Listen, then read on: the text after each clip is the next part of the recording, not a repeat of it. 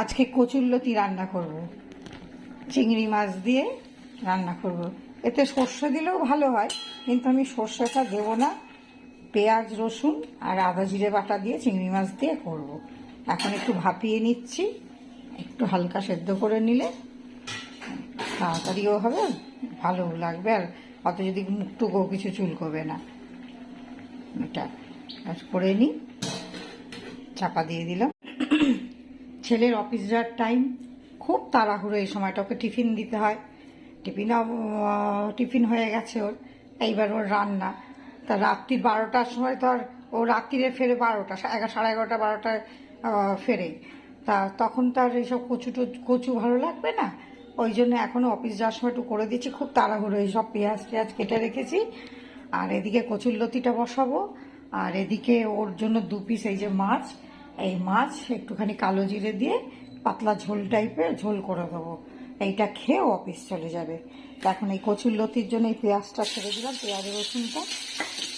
এইবার এটাকে ভালো করে ভেজে আদা জিরে বাটা দিয়ে, টমেটো দিয়ে, নুন হলুদ একটু মিষ্টি দেবো, দিয়ে এবার এটাকে কচুরলতিটা দিয়ে ভালো করে নাড়বো। চিংড়ি মাছ দেবো, একদম শুকনো শুকনো হবে।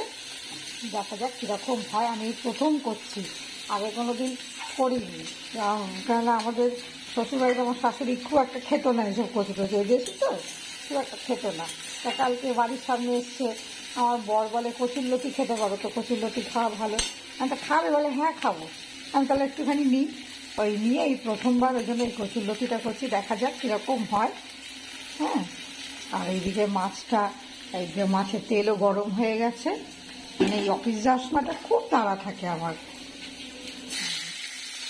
ওর জন্য এই দুপুরখানা ও খুব একটা দিনটা, ওকে দিন এত গরম তো, এবার অতটা দূর যাবে, সেই রাজারহাট পিছিয়েছে করে, সেখানে যা অত দূর যাবে গীতাঞ্জলিতে, তো এই রোদের মধ্যে বেশি ডিম খাওয়াটাও তো ভালো না।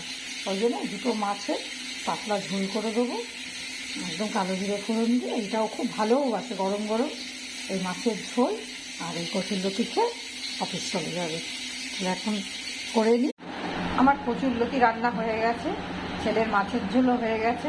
এইবার ছেলেকে ভাত বেড়ে দেবো, দিলেও খেয়ে রেডি হয়ে অফিস চলে যাবে।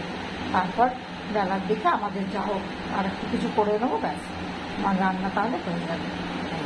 রান্না